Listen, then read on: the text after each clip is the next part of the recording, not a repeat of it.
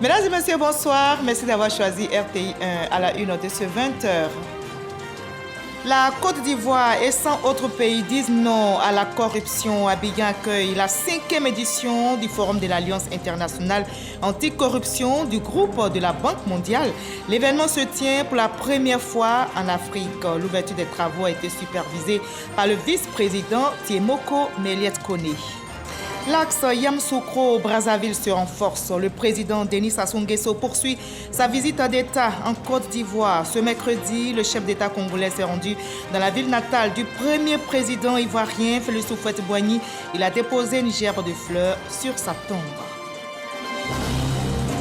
Le président de l'Assemblée nationale est en visite de travail et d'amitié au Vietnam.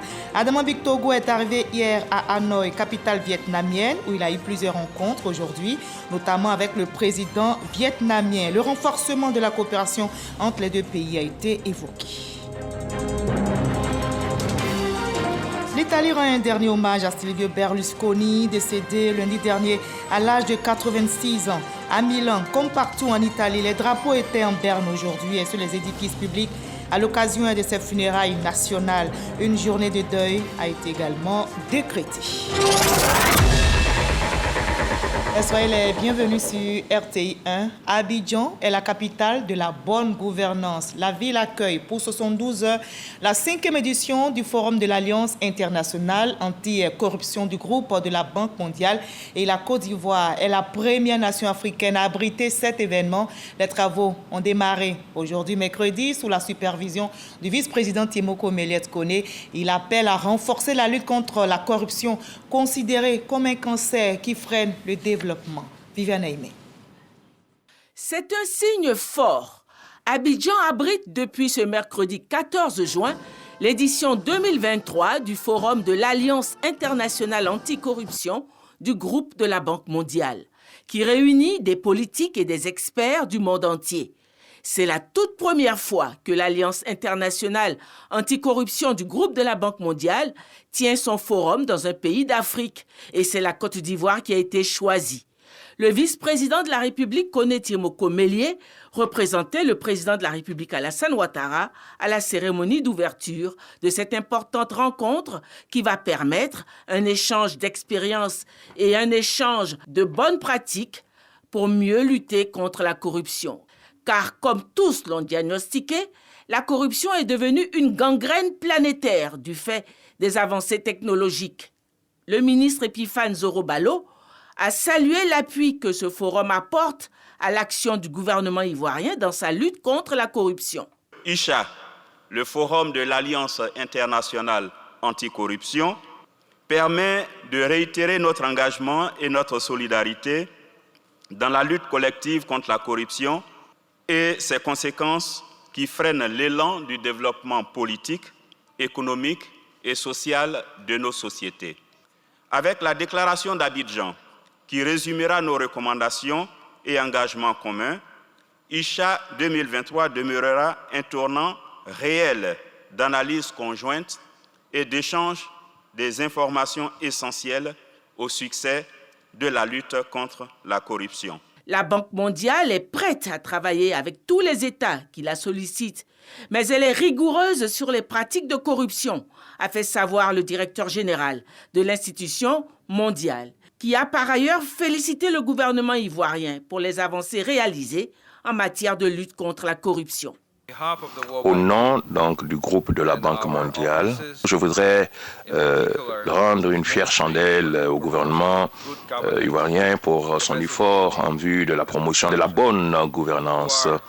La corruption est devenue un défi d'autant plus majeur et qui traverse nos frontières. Aussi, les plateformes comme ICHA qui rassemble les enquêteurs, les auditeurs, les experts, les procureurs et également des décideurs politiques qui peuvent frayer le chemin sur le plan juridico-légal et ainsi que des représentants des universités et des organisations de la société civile et qui sont les héros, les porte-voix de la lutte contre la corruption, et l'importance de cet effort n'est plus à souligner. Pour sa part, le vice-président de la République, Koné Moko-Mélié, a traduit l'engagement du président de la République, Alassane Ouattara, et son gouvernement à continuer à assainir la gestion publique nationale. Le président de la République, son Excellence, M. Alassane Ouattara, accorde un vif intérêt à la tenue de ces assises en terre ivoirienne. Cet appel à l'action traduit l'ampleur de la menace que constitue la corruption, ce fléau mondial qui nécessite une synergie d'action, ainsi qu'une mutualisation de nos forces, de nos intelligences, de nos expériences et de bonnes pratiques, afin d'y remédier. Les efforts de la Côte d'Ivoire sont reconnus et matérialisés par une amélioration du classement mondial du pays qui est passé de la 130e place en 2012 à la 105e place en 2021, puis à la 99e place depuis 2022, selon l'indice de perception de la corruption de Transparency International. Cependant, il convient de reconnaître que, malgré ces bons résultats, beaucoup reste encore à faire au regard de la complexité de ce phénomène. C'est l'un des grands défis de la politique du président Alassane Ouattara, dont le mot d'ordre est, et je cite, « assurer une meilleure gestion des ressources publiques pour une croissance nationale plus forte et plus inclusive au bénéfice de tous. » L'Alliance internationale anticorruption du groupe de la Banque mondiale tient son 5e forum ici à Abidjan du mercredi 14 au vendredi 16 juin.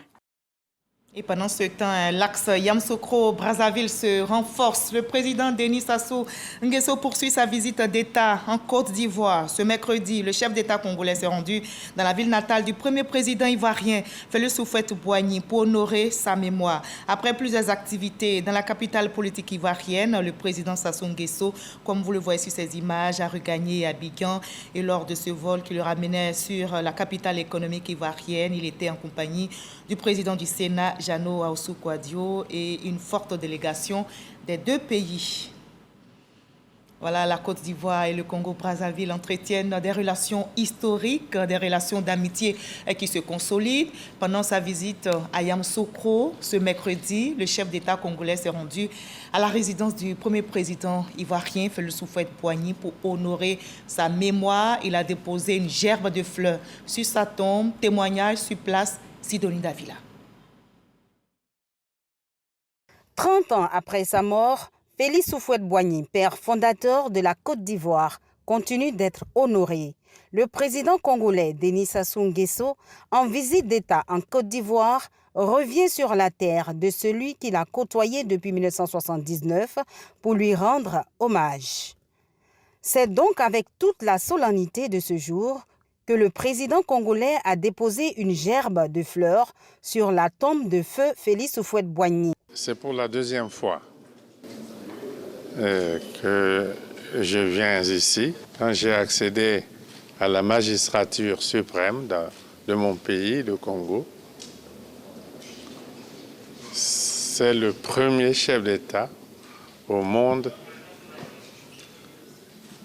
que je suis venu voir en 1979. L'aéroport de Yamoussoukro était déjà construit tel qu'il est là. Et la voie qui mène à Yamoussoukro aussi, telle qu'elle est. Et c'est pour cela que nous disons que Houphouët-Boigny, c'était un visionnaire. Vous voyez, ce qu'il a construit depuis les années 70 garde son actualité. Il m'a accueilli à l'aéroport de Yamoussoukro. Il m'a amené jusqu'à l'immeuble qu'il avait construit pour accueillir ici le président Giscard d'Estaing. J'ai été logé là, il m'a accueilli chaleureusement. Il m'a simplement dit, bon, reste là, repose-toi. Et demain à 10 h, je viendrai et nous allons parler. Et j'ai écouté le président Houphouët-Boigny pendant 4 heures. C'est lui qui parlait et j'écoutais. Bon, j'ai parlé peut-être 20-25 minutes, donner un peu des nouvelles du Congo. Donc, au cours de cette visite d'État en Côte d'Ivoire, j'ai tenu encore pour la deuxième fois à venir ici lui rendre hommage et me recueillir. Voilà. Dès son arrivée à la résidence présidentielle de Yamoussoukro, Denis Sassou Nguesso, le président congolais, a été accueilli par les chefs de village du département de Yamoussoukro, conduit par Nanan Boigny III, qui n'est autre que le ministre-gouverneur du district autonome de Yamoussoukro. Sa visite hautement appréciée. Des têtes couronnées, Denis Sassou Nguesso est intronisé chef canton. Désormais, il porte le nom Nanan Ngata Kple, recevant ainsi tous les attributs dus à son rang. Aux dernières heures de son court séjour dans la capitale politique, le président congolais achève sa visite à la basilique Notre-Dame de la Paix de Yamoussoukro. Voilà, le président Denis Sassou Nguesso a regagné Abidjan aujourd'hui même, où il a été fait citoyen d'honneur de la ville d'Abidjan. La cérémonie s'est déroulée au district autonome d'Abidjan. C'était hier sous la présidence du ministre-gouverneur Robert Begremombe. Le reportage est signé Jérôme Kofi Abolin. Chaude ambiance ce mardi à l'hôtel du district autonome d'Abidjan. Elle est à la dimension de l'illustre hôte attendu. Il s'agit bien évidemment du président de la République du Congo, Denis Sassou Nguesso. À la faveur de la visite d'État qu'il effectue en Côte d'Ivoire, le président congolais vient recevoir les clés et le parchemin du citoyen d'honneur de la ville d'Abidjan dans la pure tradition Akan. Monsieur le Président, avec nos parents de Oyo, sachant que votre nom à Abidjan, c'est Sagou. Votre grande famille, c'est Akado. Votre génération, c'est Nyando. Votre catégorie, c'est Dongba. Pour le président Denis Sassou Nguesso, c'est surtout à ses concitoyens, les Congolais, que revient l'honneur qui lui est fait par la Côte d'Ivoire. Monsieur le ministre-gouverneur, je voudrais de tout cœur vous dire merci pour les aimables paroles, pour tous ces témoignages de sympathie que je viens d'entendre et dans lesquels j'ai senti tant d'amitié et tant d'affection. J'accepte avec bonheur les clés de la ville et le parchemin du citoyen d'honneur, deux merveilles symboliques avec lesquelles vous avez tenu à m'honorer ce jour. Je les considère comme un hommage rendu au peuple congolais tout entier.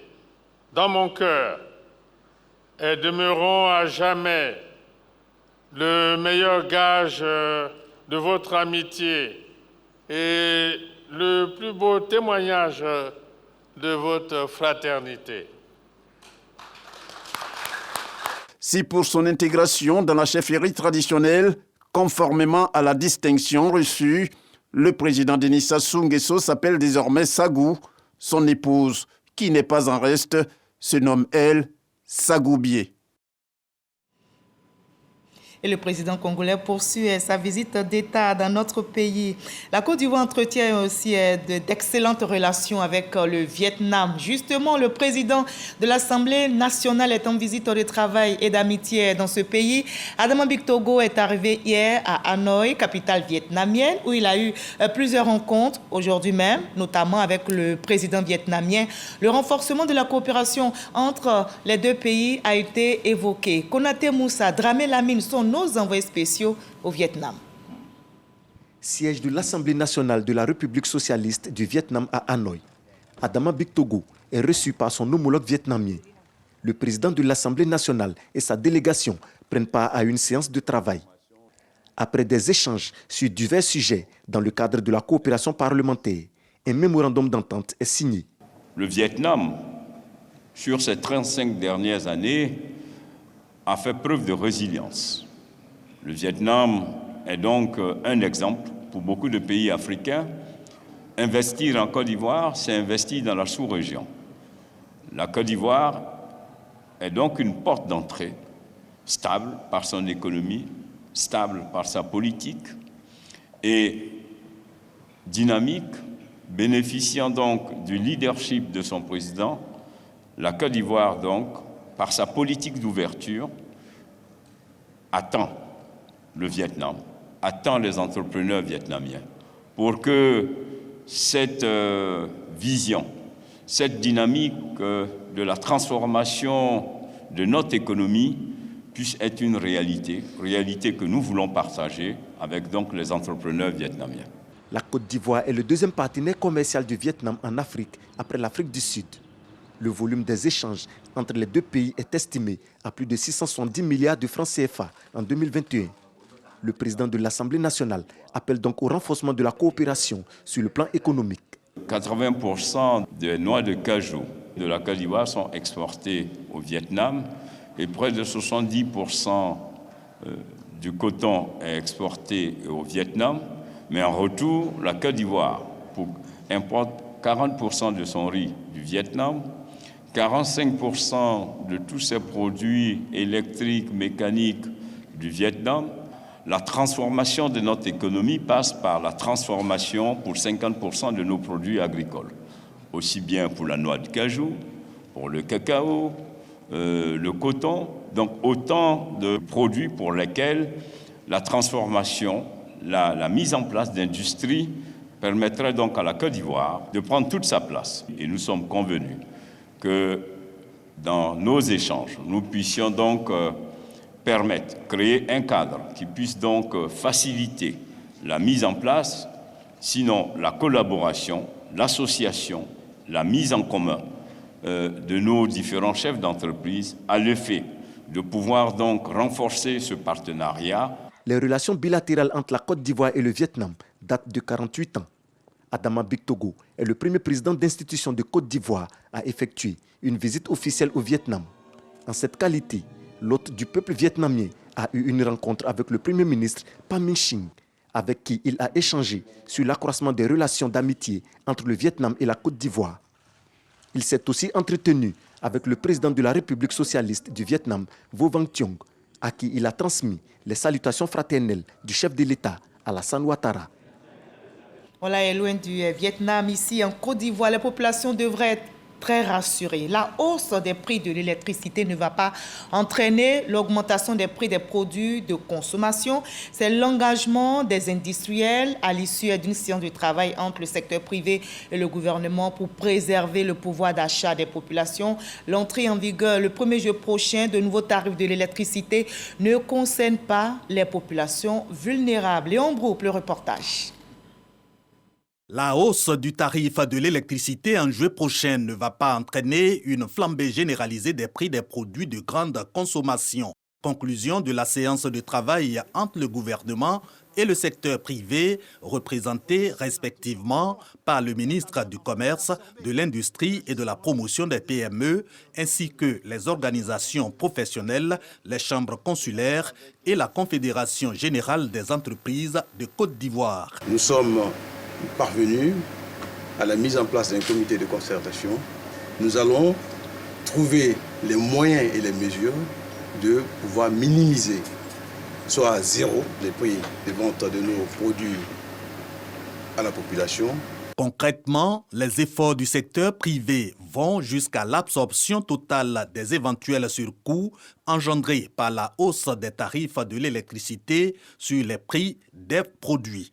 En contrepartie, l'État garantit au secteur privé des concessions, notamment l'assainissement de la concurrence, des appuis. Objectif, préserver le pouvoir d'achat des populations, car en réalité, quoique ne concernant pas les ménages à faible revenu, la hausse tarifaire sur l'électricité impacte les chaînes de valeur. Au niveau de la consommation, Le réajustement de 15% du prix de l'électricité entraîne également une variation du prix au consommateur final, compris entre 0,75% et 3,03% des produits de grande consommation, notamment le fer à béton, le ciment, l'huile de palme raffinée, le sucre et quelques catégories de poissons congelés.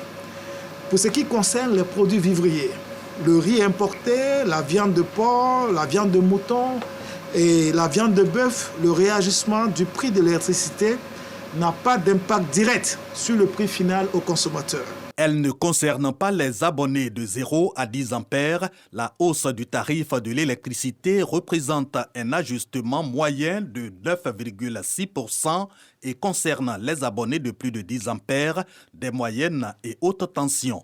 Les nouveaux tarifs entrent en vigueur le 1er juin 2023. Voilà, c'était le reportage de Léon Broué, qui devait rassurer les ménages à faible revenu. Les bureaux des douanes de Takikro à la frontière Est avec le Ghana disposent désormais d'un scanner à rayon X pour un contrôle des marchandises importées en conteneurs sans les décharger. L'outil de contrôle ultra moderne de vérification des marchandises a été mis en service par le ministre Moussa Sanogo et c'était lors de la double cérémonie d'inauguration et de remise des locaux réhabilités de la caserne des douanes de Takikro. On en sait plus avec notre reporter sur place, Maniamien. Chose promise, chose due. Lors de son passage à Takikro en 2018, le ministre du Budget et du Portefeuille de l'État, Moussa Sanogo, avait fait la promesse de doter le bureau des douanes de Takikro de matériel adéquat pour leur permettre de travailler dans de bonnes conditions. Eh bien, c'est chose faite. Le bureau des douanes de Takikro vient de bénéficier d'un scanner ultramoderne de dernière génération qui permet de débusquer les contrebandiers de toutes sortes. Vous êtes venu mettre à la disposition des agents de douane un scanner, un outil moderne, performant et efficace. Un guichet unique d'inspection non intrusif de cargaison qui permettra aux douaniers de réduire le temps de passage des camions tout en luttant efficacement contre la fraude. Et c'est parce que vous avez investi que vous êtes en droit légitimement d'attendre un retour sur investissement. Dans la cabine du scanner, le ministre Moussa Sanogo a apprécié lui-même le fonctionnement de cet outil sous l'œil avisé des agents des douanes rompus à la matière. Vous voyez, avec ce scanner-là, on sera capable de découvrir beaucoup de choses que les gens veulent cacher, qui peuvent aller même jusqu'à la sécurité de notre pays. Car vous savez qu'un pays qui n'est pas en paix, c'est un pays où on ne peut pas faire grand-chose. Je voudrais me tourner vers nos agents. Quand l'État a déployé ses efforts, je voudrais également que chacun d'entre nous puissions penser à renvoyer l'ascenseur à l'État. Ça veut donc dire que nous devons faire preuve d'exemplarité, que nous devons faire preuve d'efficacité. Le scanner mobile a une puissance de 4 mégaélectronvolts. Il scanne toutes les cargaisons et permet à l'espace de 5 minutes de connaître le contenu du camion et de s'assurer que ce que l'usager a déclaré est conforme à ce qui est dans le camion. Il peut scanner en 1 heure 25 camions de 30 tonnes, contrairement au contrôle physique qui peut durer 3 jours pour un seul camion. Outre le scanner, le ministre du Budget et du Portefeuille de l'État a également visité les bureaux et le centre de surveillance réhabilité qui présente désormais fier à lui. Rappelons qu'un détachement des éléments des douanes ghanéennes a pris part à cette rencontre aux côtés de leurs homologues ivoiriens pour traduire la parfaite synergie d'action entre les agents aux différentes frontières. Voilà, je vous conduis à présent en France où se tient l'édition 2023 du Salon international de l'innovation technologique. Viva Technologia vient d'ouvrir ses portes à Paris et pendant 4 jours, des startups issues de 146 pays vont présenter leurs inventions et services aux investisseurs et visiteurs. La Côte d'Ivoire y participe avec une douzaine de startups évoluant entre autres dans les domaines de l'éducation, la robotique, l'environnement, la santé et le e-commerce.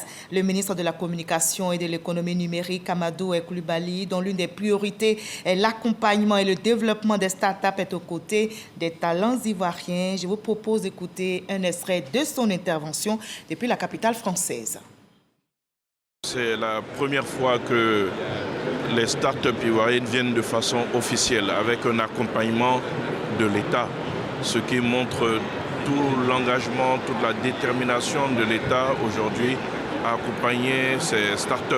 Cet engagement s'appuie sur la volonté du chef de l'État, volonté qu'il a exprimée donc, lors de son discours du 31 décembre à l'occasion du Nouvel An, discours au cours duquel il a décrété l'année 2023, année de la jeunesse, mais avec des messages forts concernant le développement de l'économie numérique, notamment en ce qui concerne le programme d'accompagnement des startups et également donc, la création d'un incubateur étatique donc, qui pourrait mieux les prendre en charge et enfin la possibilité de leur permettre d'accéder au marché public. Fort de toutes ces directives du chef de l'État, il était important pour notre pays d'être présent à ce salon, donc, qui est le plus grand salon des technologies d'Europe, afin de montrer le savoir-faire de nos startups, afin de montrer que la Côte d'Ivoire numérique existe et qu'elle est en train de venir prendre toute sa place. Voilà, et on reste en France où l'UNESCO a tenu sa 9e session de la conférence des parties sur la protection et la promotion de la diversité des expressions culturelles. La Côte d'Ivoire, élue à nouveau membre de cette convention, y était représentée par la ministre ivoirienne de la Culture et de la Francophonie, Françoise Remarque. Son intervention a porté sur l'engagement ivoirien à se doter d'industries créatives et culturelles pour son développement. Eugène Atoubé depuis la France. Les acteurs des domaines art et culture sont encore présents à la Semaine de l'Afrique, initiative de l'UNESCO, dans la perspective du développement de ces deux domaines. Quand Françoise Remarque, ministre de la Culture et de la Francophonie de Côte d'Ivoire, arrive dans les locaux de l'institution, le décor est planté. Les arts et la culture sont le centre d'intérêt des échanges de la Convention 2005 sur la protection et la promotion de la diversité des expressions culturelles. De nouveaux membres a exprimé son engagement à faire des arts et de la culture un levier de sa marche vers le relèvement de son économie par le développement des industries culturelles et créatives. Pour Françoise Remarque, elles sont un énorme bénéfice pour les populations, spécialement les jeunes, à qui ces industries vont offrir une opportunité d'emploi. Notre responsabilité est également de créer les conditions de son autonomisation en s'appuyant sur ce secteur porteur et à fort potentiel que sont les industries culturelles et créatives. Notre ambition est aussi de faire de la Côte d'Ivoire le hub des industries culturelles et créatives par l'entrepreneuriat et dans la sous-région et d'en faire une destination de tournage, un hub de l'industrie musicale, de la mode et du design.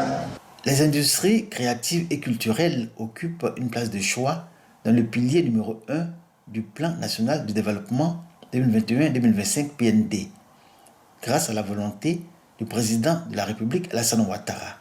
Et pour la Côte d'Ivoire, c'est un atout majeur, dira Françoise Remarque, d'être membre de la Convention 2005 de l'UNESCO.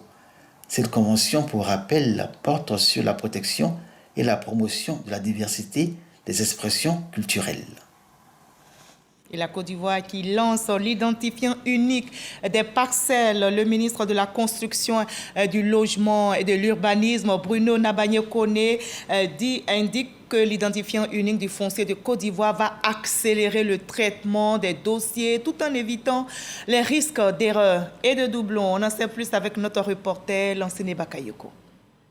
L'identifiant unique du foncier de Côte d'Ivoire va accélérer le traitement des dossiers tout en évitant les risques d'erreurs et de doublons, sources de litiges et de conflits fonciers. Nous avons mis en place divers mécanismes internes qui renforcent aujourd'hui la gestion du foncier, en particulier la commission de régulation foncière, la commission de traitement des litiges, la commission de régularisation et d'approbation des lotissements. Ce chantier de modernisation aura un impact considérable sur le secteur à travers la mise en place du système intégré de gestion du foncier urbain SICFU. À la fin, on aura d'abord en ce qui concerne les locataires, ils auront une sécurisation de leurs parcelles parce qu'on va octroyer un document sécurisé qui va les lier à la parcelle et en même temps, ces propriétaires pourront introduire une demande d'accéder. Les communes de Cocody, Bingerville et Songon seront les prochaines localités cibles avant la phase de généralisation au plan national prévue dès 2024. La ministre Miss Belmondo est solidaire des familles endeuillées des dernières intempéries dans la commune de Yopougon. C'était suite au glissement du terrain survenu, vous vous souvenez, le lundi dernier. Et 5 personnes avaient péri malheureusement dans l'éboulement. La ministre de la Solidarité et de la lutte contre la pauvreté a exprimé le soutien du gouvernement et surtout appelé à quitter sans délai ces zones à risque. Michel Mambo-Sogodogo. Miss Belmondo Dogo partage la douleur des familles endeuillées par les fortes pluies qui s'abattent sur la Côte d'Ivoire. Dans la commune de Yopougon, la ministre de la Solidarité et de la lutte contre la pauvreté est venue exprimer la compassion du gouvernement aux familles des défunts. 5 personnes d'une même famille englouties dans un glissement de terrain. Nous sommes venus vous dire cet après-midi que cette douleur-là, elle est partagée par toute la Côte d'Ivoire. Au nom du président de la République, de l'ensemble des membres du gouvernement, à la tête du Premier ministre Patrick Achi, nous sommes venus vous dire, nous sommes à vos côtés.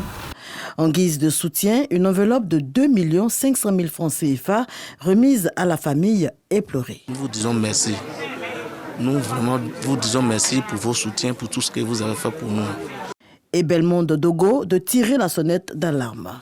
À mi-parcours, la grande saison des pluies a déjà emporté sur son chemin une vingtaine de personnes. À ce jour, nous sommes à 25 décès. Rien que pour les pluies en Côte d'Ivoire, nous sommes à 25 décès. Ça fait beaucoup. Nous n'allons pas attendre que nos drames se produisent. Revenir faire le même geste au nom du gouvernement. La solidarité, c'est aussi pour les vivants et non pour les morts. Et le président de la République veut avoir des Ivoiriens en vie que de créer un ministère juste pour Didé Yako. Alors nous demandons aux ménages de quitter ces zones à risque, que la pauvreté ne soit pas l'excuse pour perdre sa vie. Ils doivent quitter ces zones, eux pour leur vie et surtout pour la vie des enfants qui n'ont pas demandé à naître. À Niangon, toujours dans la commune de Yopougon, la veuve et les orphelins de Joseph Alavi, 48 ans, décédé dans un éboulement, ont également reçu les équipes du ministère de la Solidarité, à leur tête la directrice de cabinet, venue leur apporter soutien et réconfort. Les prières continuent de monter pour toutes ces familles endeuillées dans la commune de Yopougon. Justement, depuis l'Arabie Saoudite, les pèlerins ivoiriens sont arrivés à la Mecque, ville natale du prophète de l'Islam. Après avoir séjourné 3 jours à Médine, ils ont effectué la Omra ou le petit pèlerinage. Et les premiers pèlerins étatiques ont prié pour notre pays, la Côte d'Ivoire. Envoyé spéciaux à Boussanogo, Sissé Ibrahima. Après avoir passé 3 jours à Médine, les pèlerins ivoiriens ont quitté la ville pour la Mecque ou Maka très tôt ce dimanche. Ils ont enfilé la tenue d'Ihram pour la sacralisation, un vêtement traditionnel du pèlerin musulman pour faire preuve d'humilité et de modestie. Dans le cas les menant à la Mecque, ils prononcent la talbiya ou l'invocation le long du parcours. لبيك اللهم لبيك لبيك اللهم لبيك لبيك لا شريك لك لبيك لبيك لا شريك لك لبيك. Première escale, Mikat. Les pèlerins effectuent une prière surrogatoire, puis font la formulation de l'intention. Nous sommes à la Mecque, la ville la plus sainte de l'islam. C'est la ville natale du prophète Muhammad et de la foi elle-même. 22 heures. En état de sacralisation, les hommes et les femmes, après avoir formulé leurs intentions d'accomplir le Hajj, prennent la direction de la Kaaba avec leurs encadreurs. C'est un jour spécial pour ça parce que nous faisons le 3e type du Hajj, qui est le Hajj Tamatou. C'est de faire d'abord la Umrah et c'est désacraliser après maintenant pour se préparer pour faire le Hajj. Nous voici à la mosquée Al-Ahram, la mosquée sacrée, ou grande mosquée de la Mecque, lieu saint de l'islam et la plus grande mosquée du monde. Elle abrite en son centre la Kaaba, le plus important sanctuaire de l'islam. Les pèlerins ivoiriens, aux côtés de milliers d'autres pèlerins, ont débuté leur tawaf, un des principaux rites du pèlerinage. Ils effectuent 7 tours autour de la Kaaba, qui fait référence à la circumambulation ou la marche en cercle. Mais avant de le faire, le pèlerin doit laisser nu son épaule droite.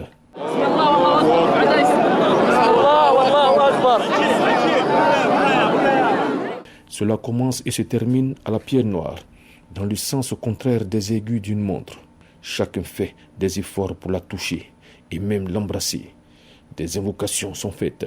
Le pèlerinage au lieu saint de l'islam représente pour le croyant musulman un moment particulier qui marque à jamais sa vie spirituelle.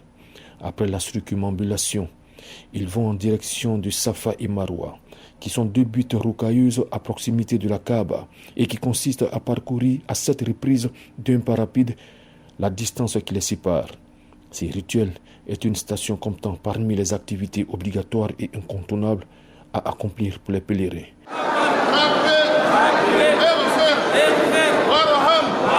Notons que la Kaaba est une structure cubique recouverte de tissus constituant le sanctuaire le plus sacré de l'islam. C'est un édifice en pierre de granit local de 13 mètres de long, 12 de large et 17 de haut au centre d'un enclos bordé de portiques, le Masjid Haram ou mosquée sacrée.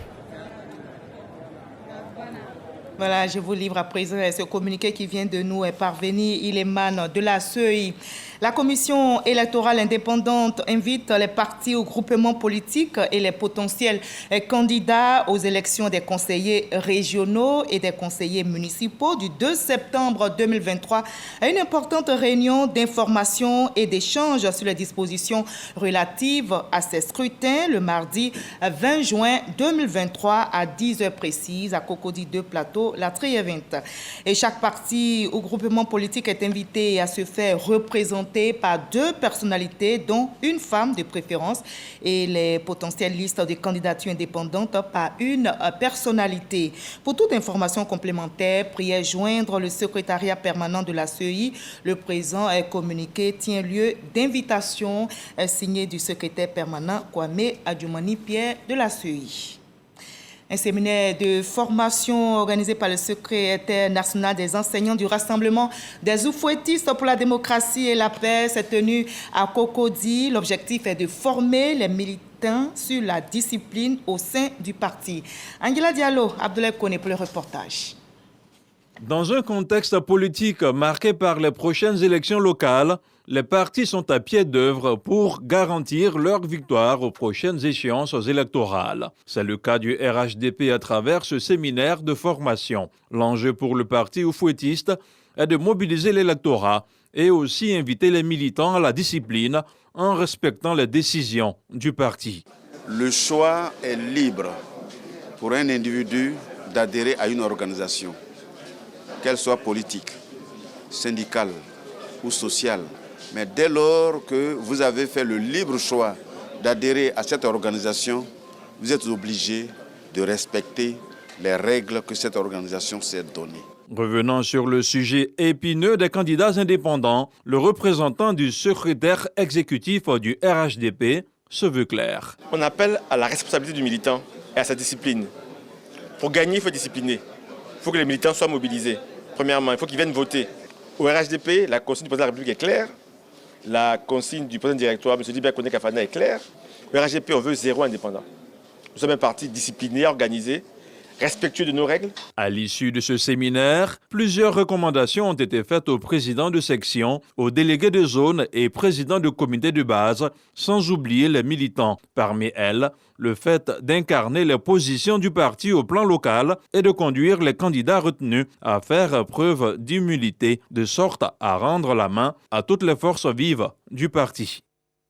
Et on va terminer par l'Italie qui a rendu un dernier hommage à Silvio Berlusconi, décédé lundi dernier à l'âge de 86 ans à Milan. Comme partout en Italie, les drapeaux étaient en berne aujourd'hui et sur les édifices publics à l'occasion de ses funérailles nationales. Une journée de deuil a été également décrétée. C'est une première pour un ex-premier ministre italien.